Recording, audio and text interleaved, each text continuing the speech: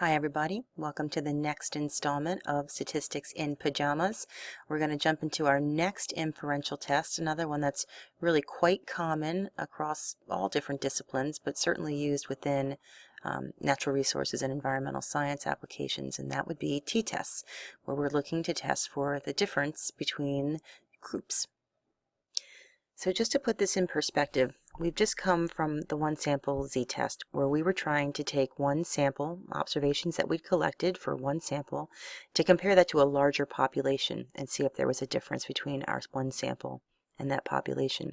This time we're out there collecting two different sets of data for two different groups or two different samples, and we want to see if the means of those two samples differ.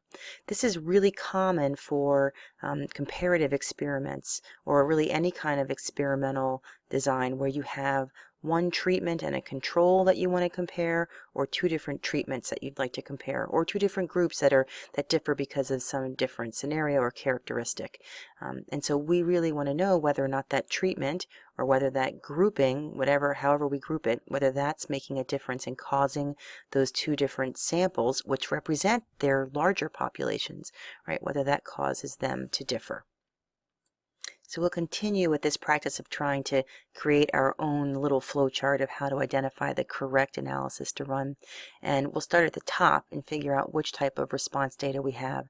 When we're talking about t-tests, we always have a continuous response variable, right? So that could take any value. It could have so many decimal places. And we know that we're trying to find differences between these groups that we're comparing. So we're down here under the difference research question. How many different samples or groups is another way to think of samples are we trying to compare? Now we're looking at two different samples or two different groups that we want to compare.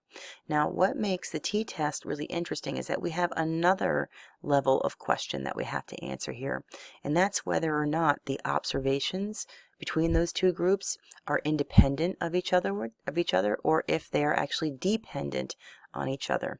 Note that this brings you to a t-test no matter which choice you make here, but if you have independent samples, it's an independent t-test, and if you have samples that are not independent, it's essentially a dependent t-test, or also called matched pairs. And we'll talk a little bit about how to determine whether or not our samples are dependent or independent in a second. But first, let's just go back to the list format. So this is sort of going through the flow chart. If you are preferential to the list, when would you use a t-test? Well, you know you have a continuous response variable, right? And you know that you're looking for differences between two groups, two different samples that you've collected. And it does have some assumptions associated with it, right? Just like our other tests, we know that the data has to be normally distributed to conduct the student's t-test. And also there's an added assumption here that both of those groups have to have approximately equal variance. So in other words, you couldn't have one of those groups that had a standard deviation of 1 and the other group had a standard deviation of 100. If that's the case, it's going to bump us into another non-parametric test. So it's just one more thing to keep in mind when you're testing to see if you meet the assumptions. We can test for normality, but we can also test for equal variance, and I'll show you how to do that and jump as well. But again, we're back to this key question: what type of t-test do I need to run? And it really depends on whether or not my samples are dependent or independent. So let's talk about that for a second. The textbook definition is basically that you know you have two independent samples if the observations that you selected for one of those samples in no way determines or is related to which observations you select in the second sample. Right? So I could go out and I could collect a whole bunch of data from a whole bunch of different people, and which people I chose for that sample in no way affect the second set of people that I choose for the second sample, right? So they are independent of each other. In contrast, we know that two samples are dependent on each other if the observations that I chose for one of those samples inherently means that I have to choose very specific observations for the other set, because I'm trying to link them together and match them up, observation to observation, for the two groups. That might seem a little abstract and confusing, but I think if we put it to some examples, it'll make more sense. Dependent samples are usually pretty obvious because it's very clear how you would pair the observations from one sample to the observations from the other. One perfect example of this is before and after. So maybe you have the exact same actual unit of observation, say a person or a plot, but you measure it once before some treatment, and then you measure that exact same observation a second time after treatment. So that would be an example of dependent. We have to know which value is associated with each observation in the before so we can link it to its pair, right, the after value for the after observation. So that's why these are often referred to as matched pairs, because we're purposely trying to link two observations together, one from the first sample and the other from the second sample. Let's practice. We'll look at each of these and see if we can figure out whether it's independent samples or dependent samples. So imagine at the beginning of the semester, I randomly select 50 students from this class and I give them a test to see their aptitude in statistics. At the end of the semester, I randomly select another 50 students. Could be some of the same students, might not be, but I'm randomly selecting 50 students. I give them a post-test. So I want to compare these random students from the first pretest and 50 random students for the post-test. Would this be an independent or a dependent test? Well, it might be easiest to figure out if you compare it to the other scenario. How about this? What if at the beginning of each semester I randomly selected 50 students and I gave them a pretest? At the end of the semester I took those exact same students and I gave them the post-test. Does that make it clearer? Right? So in this case, I have kept the exact same observations, and I know that I have to link each student's pretest to that same exact student's post-test. So I'm really controlling for a lot of other sources of variability, and I'm isolating really the effect of that class because the student stays the same, right? Their math skills stay the same, their fear of tests stays the same, right? The only thing that really is changing, I hope, is that they have taken this class. And so this, therefore, would be an example of an independent set of samples, right? I've randomly selected the first 50. Which 50 I randomly selected in no way determines what the second set of 50 would be that I select. They're both random. So that would be an independent sample. So before and after, that might be an obvious one, but there are some other possibilities where you would have matched pairs of observations. Imagine you're doing a study of twins. Twin 1 would have to be linked to twin 2. What if you were trying to examine households and how relationships work between husbands and wives? You want to make sure you're pairing each husband to his wife and not some other wife to be able to assess that. There are other examples that aren't quite as obvious. So if, for example, I were selecting trees on the exact same plot, right? So I know that which trees I select is defined by some set boundary, right? So picking one tree, I know that I'm going to be picking all of the other trees within that plot too. And I'm not going to be going outside of that plot. I'm not going to be randomly selecting. So because these are on the same plot, the trees are essentially dependent upon each other, right? They're paired with each other because of that co-location. So I might want to compare how one species is performing on that plot to another species. There are two different groups that I'm trying to compare, but they are matched to each other because of their co-location. So that would be another dependent sample. Because these are two different tests, they're both t-tests, but they are different tests, we'll start with one at a time, and we'll start with the independent t-test. So let's imagine that you have already identified that you have two different samples, and those observations within those samples are independent of each other. Okay, so we're headed to the independent t-test, and just like all of our inferential tests, this independent t-test has a specific formula associated with it that we can use to quantify that difference between the means of those two samples. So don't be overwhelmed by the formula. It may look like a lot going on in here, but really there's only 6 pieces of information that we need to calculate this. We need to know the mean of each of our groups, we need to know the sample size for each of our groups, and we need to know the variance for each of our groups. So really, other than that, it's just simple algebra. notice what the numerator is doing here. It's literally just taking the difference between the means. So hopefully this exemplifies how, even though every test has its own formula, that formula has been very carefully designed to quantify exactly what it is you're testing. And for us, we're testing for the difference between two sample means. So that's why we're initially, for this numerator, just taking the straight difference between those two sample means. But we also know that inferential tests have to account for how much variability there is in those groups, and also has to account for the sample size of each of those groups, because that's how power is incorporated into the test. And so notice down here in the denominator, that's where we get into all the variability for the two different groups and the sample sizes for the two different groups. So really that's all this denominator is trying to do, is to quantify the variability and assess the power for the test. So while this really doesn't have anything more complicated in it than finding means and standard deviations, which gets you to your variance, and counting the number of observations you have, there can be an issue with the order of operations. So notice how many parentheses within brackets, within other functions there are.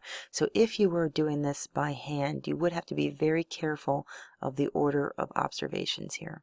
Okay, and then also very careful with which groups you're using. Is this the variance of group 1, the variance of group 2? Make sure you're linking that with the sample size of group 2 or group 1. So it's not that it's a complex formula, but it is something that's very easy to be tripped up while you're calculating this. So luckily, you will hopefully never have to do this out by hand. So if I'm not expecting you to do this out by hand, why am I showing it to you? And it's because we can't just think of all of these different software packages as black boxes. We have to understand what they're actually calculating and how they're calculating it. So I don't expect you to memorize this formula and be able to spit it back out. You should be able to see this and recognize it and know what it's doing. And by seeing what it's doing, you therefore can know which test this is associated with. Okay, so let's keep going in that vein though, so that we understand the foundational basis for how this t-test is run. If you were doing this by hand, you would calculate this formula, and this is your obtained value for your t-test, or your test statistic, sometimes called your calculated value, your test statistic, or your obtained value.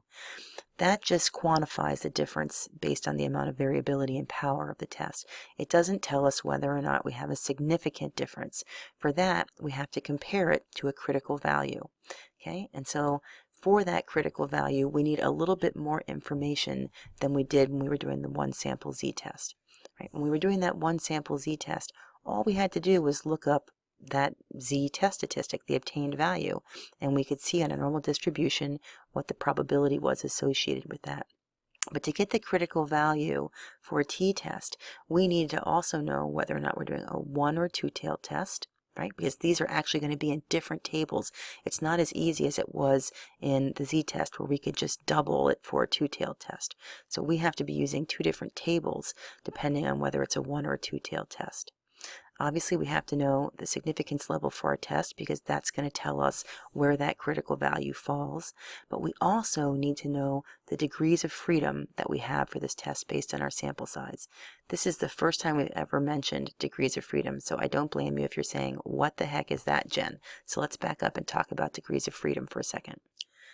Degrees of freedom is something we have to know for each of the different tests that we run.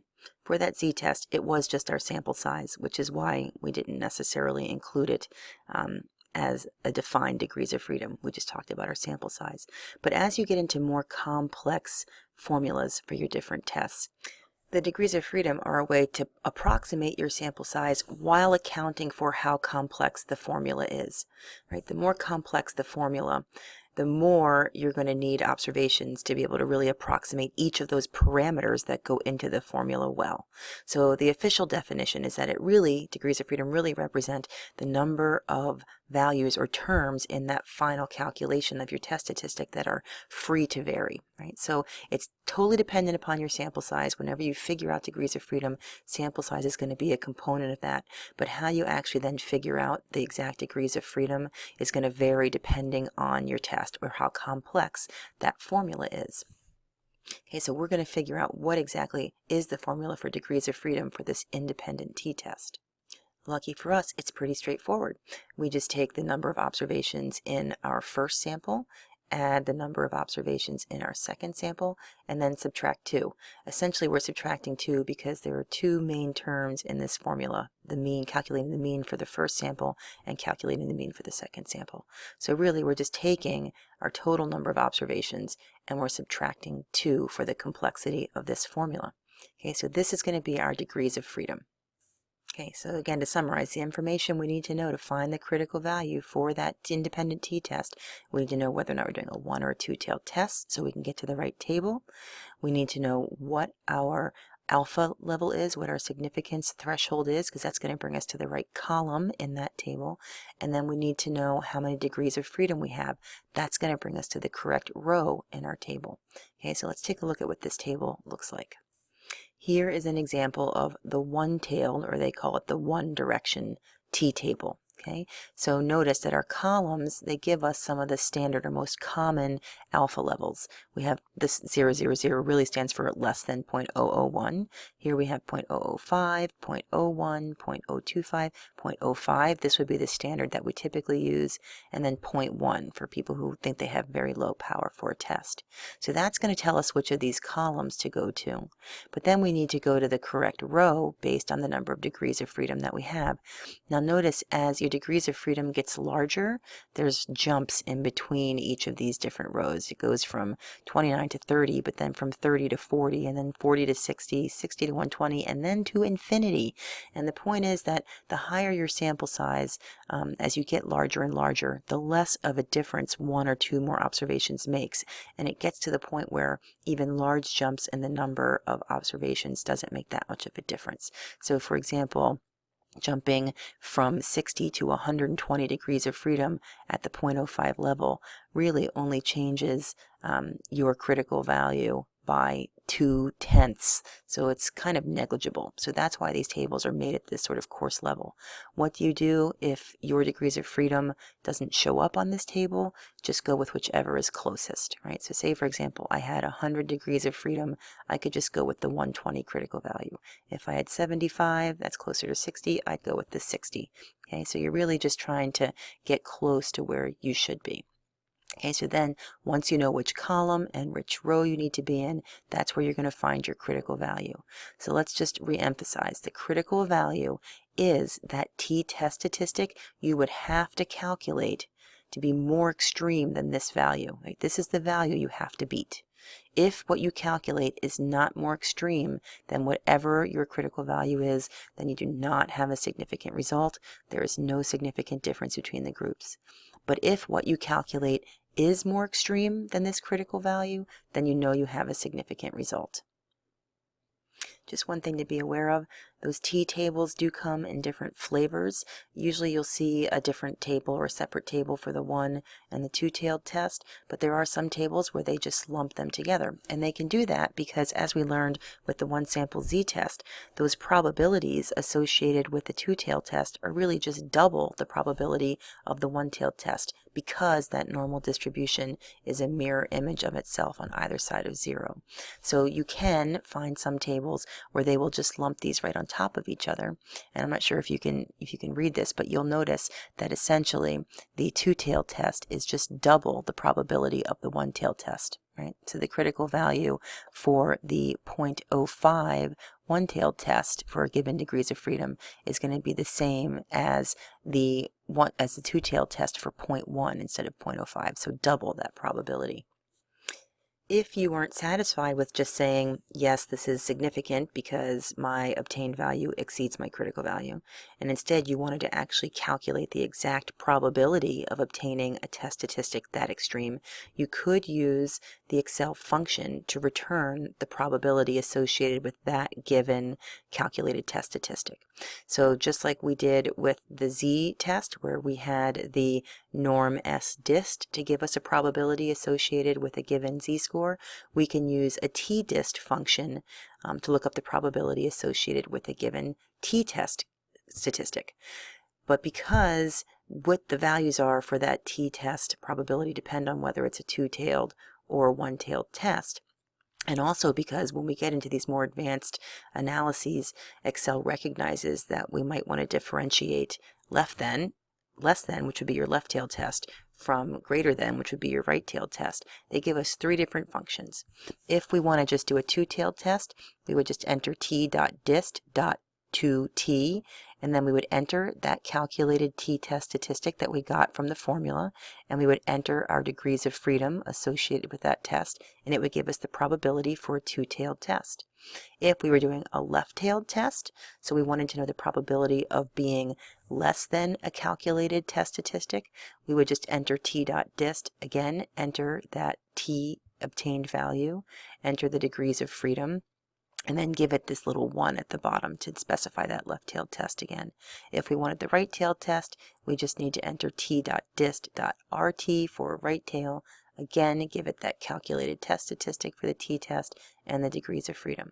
So again, this is the function you would use if you want to know the exact probability associated with a calculated test statistic for the t-test, and you have to know whether it's a two-tailed, a right-tailed, or a left-tailed test. But Excel also has other functions associated with the t-test. If you have all of your observation data included in a spreadsheet already, you don't have to go through calculating the formula. You can just actually ask Excel to give you the results of a t-test, and we just use the t.test function. Okay, and what this is doing is it's basically bypassing us having to calculate that formula for the test statistic. All we have to do is go in and highlight which array is our first group, put in a comma, highlight the array for the second group, put in a comma, tell it whether we're doing 1 or 2 tails, put in another comma, and then put in either a 1, 2, or 3 to specify which type of t-test we want. And for this independent t-test, you want to select a 2. That gives us a 2-sample equal variance t-test. And that was one of our assumptions for this formula, right, was that we assumed equal variance. So if we select this 2 for this last input of the function, it's going to give us the same result that we would have gotten if we were calculating it out by hand. Okay, so the syntax for that, you would just say equals t.test, put in your parentheses, highlight array 1, comma, highlight array 2, comma, enter whether it's 1 or 2 tails, comma, and then enter the number 2 to specify that you wanted a 2-sample t-test assuming equal variance. Okay, here's an example of what this looks like, right? Imagine that I have these observations and I have recorded the value for each of these. For these 20 random observations, I went back and took 20 other random observations for a different grouping. This was unremediated sites, this was remediated sites, and I can just highlight those 2 arrays in this formula. But the thing that you need to know about this function in Excel is that it's only returning the p-value associated with your test. It is not telling you the actual calculated test statistic. And we know from learning what we have to report in our summaries of different statistical analyses that we always have to report that calculated test statistic. So even though this may seem like a shortcut, well, it is a shortcut, but it's only giving you one piece of information, that p-value, the probability associated with that test. But when we're reporting the shorthand for this, we have to include more than just the p-value, right? We also have to include what that obtained value was for that test statistic. So just know that if you're using the Excel function, you may have to go back and calculate the formula anyway just to get that information.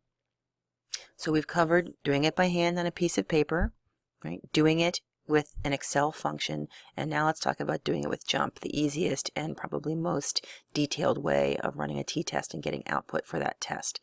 The first thing I want you all to notice, though, is that to run this independent t-test in JMP, all of the data has to be stacked. So in other words, every single row is its own observation.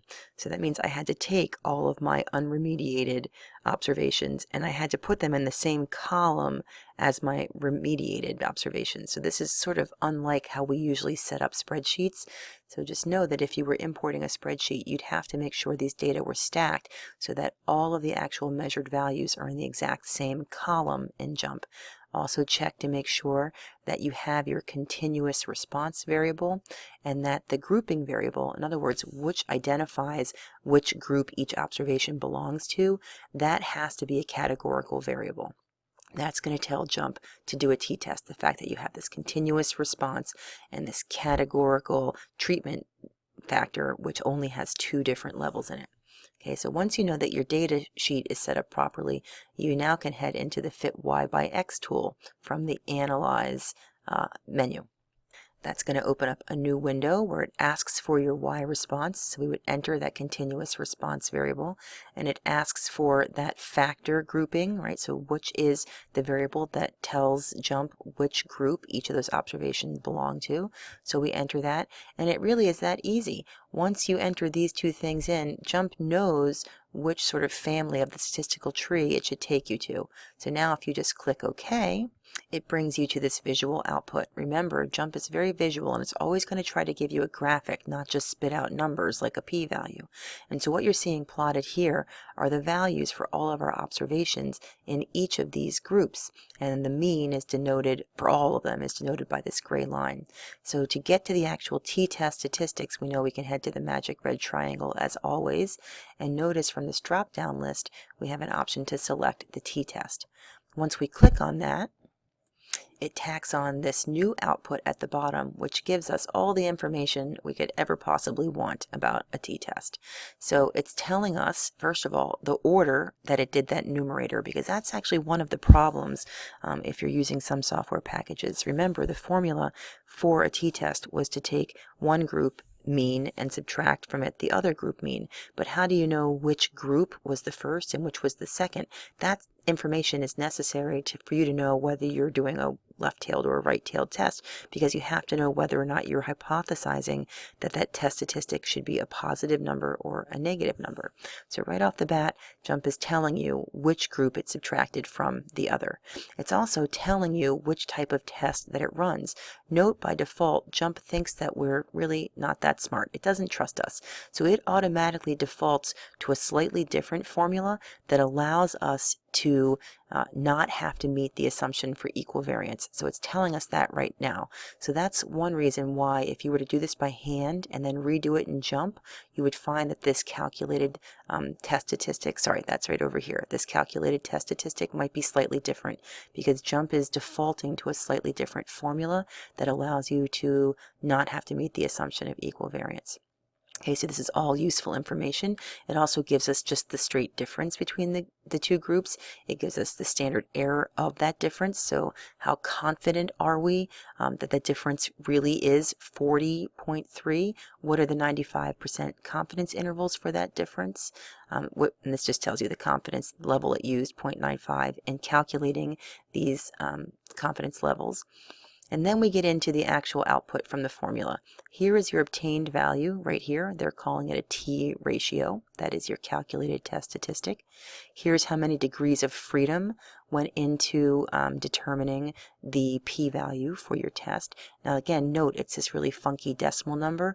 That's where this assumption of unequal variance comes in. They're really altering the degrees of freedom to account for the fact that you may not have equal variance. And then here's your standard output, the two-tailed probability, the right-tailed probability, and the left-tailed probability. So again, it's easy if you're doing a two-tailed test. You know to go for the one that has the absolute value markers on either side of the t. But which right-tailed test, whether it's right-tailed or the left-tailed test you have to use, really depends on whether or not you are hypothesizing that you would have a negative test statistic based on this order for the numerator or a positive test statistic. If you were hypothesizing a negative test statistic, then you want the left-tailed test. If you were hypothesizing a positive test statistic based on this order, then you would want the right-tailed test. Okay, so all of this information packed into one little box. So we just, in like miraculous time, went over 3 different ways to do an independent t-test. We talked about using a formula to do it by hand and then having your critical value table. We talked about doing it in Excel and using the Excel function, and we talked about using JUMP to do this. But no matter which of those 3 approaches you use, you're always going to have to report the shorthand of your results in the same way. We're using this T to denote that we've done a t-test. We're putting the degrees of freedom that we had for this test into the brackets. Again, that gives the reader an idea of the power of your test. We're including that calculated or obtained t-test statistic, and then we're also including the p-value. So notice in this example, it just says p is greater than 0.05. So that means we probably did this one the old-fashioned way and couldn't report the exact p-value associated with this obtained value for this many degrees of freedom. So we're just saying it was greater than our threshold, therefore it's not significant. But if we're doing it in JMP or Excel, we can report the actual p-value associated with this test. But because so many of these inferential tests are so strongly influenced by the amount of power associated with the test, we have secondary metrics that we can use to figure out how meaningful that difference might be. Okay, so in other words, if you had a ton of observations, you might have a lot of power and find this hugely significant result, but ecologically it might not be very meaningful. So there is this metric for an effect size called Cohen's effect size, and it's a pretty simple calculation that we can use to approximate, without considering power, just what is the magnitude of the difference between these two samples. And it's very simple. It's the same numerator as our t-test statistic, the mean of one sample minus the mean of the other, but the difference is that all we're dividing by is the mean standard deviation for all of that data. Right, so we're not bringing in to account the number of observations or comparing the variability between the two groups. It's just a mean standard deviation. And you know that you have a pretty small effect, meaning it's not that meaningful, if your Cohen's effect size is between, say, a 0 and a 0.2. You might have some sort of a moderate or a medium level of meaningfulness if that calculated effect size is between about 0.2 and 0.5. Once you get over that 0.5 range, now you know that you're getting into something that not only is likely statistically significant, but also likely meaningful. And then the real test of all this too is whether or not ecologically it makes sense. So Cohen's effect size is something else you should always be calculating as an add-on to any significant result you get, but also know that this should make sense ecologically. So again, we just blew through the 3 different ways to conduct these tests, and we mentioned that we had to meet the assumptions for normality and equal variance unless we're in JMP, and JMP is already adjusting the test for us to not meet the equal variance assumption. But we would have had to go back and test for normality for all of those, right? We still need to make sure we're meeting that assumption. And luckily, we don't really have to go through too much hand-wringing if we find that we don't have normal data. And that's because there are very simple non-parametric tests that are available to substitute for that student's t-test that we just went over. And what's nice about these is there really are no assumptions about the distribution or the equal variance. They're usually pretty simple. They don't modify the base formula that much, and they happen to be really more robust. I mean, they really are very conservative estimates that aren't dependent upon you carefully collecting the data, or at least not as dependent upon that. And because of that, it's really hard to abuse them. So the downside, like you hear this and you say, why don't we just always use these non-parametric tests? The downside is that they are almost always less powerful. By making these adjustments to the formula, you are more likely to make a type 2 error and miss a significant result when it is truly there. So keep that in mind.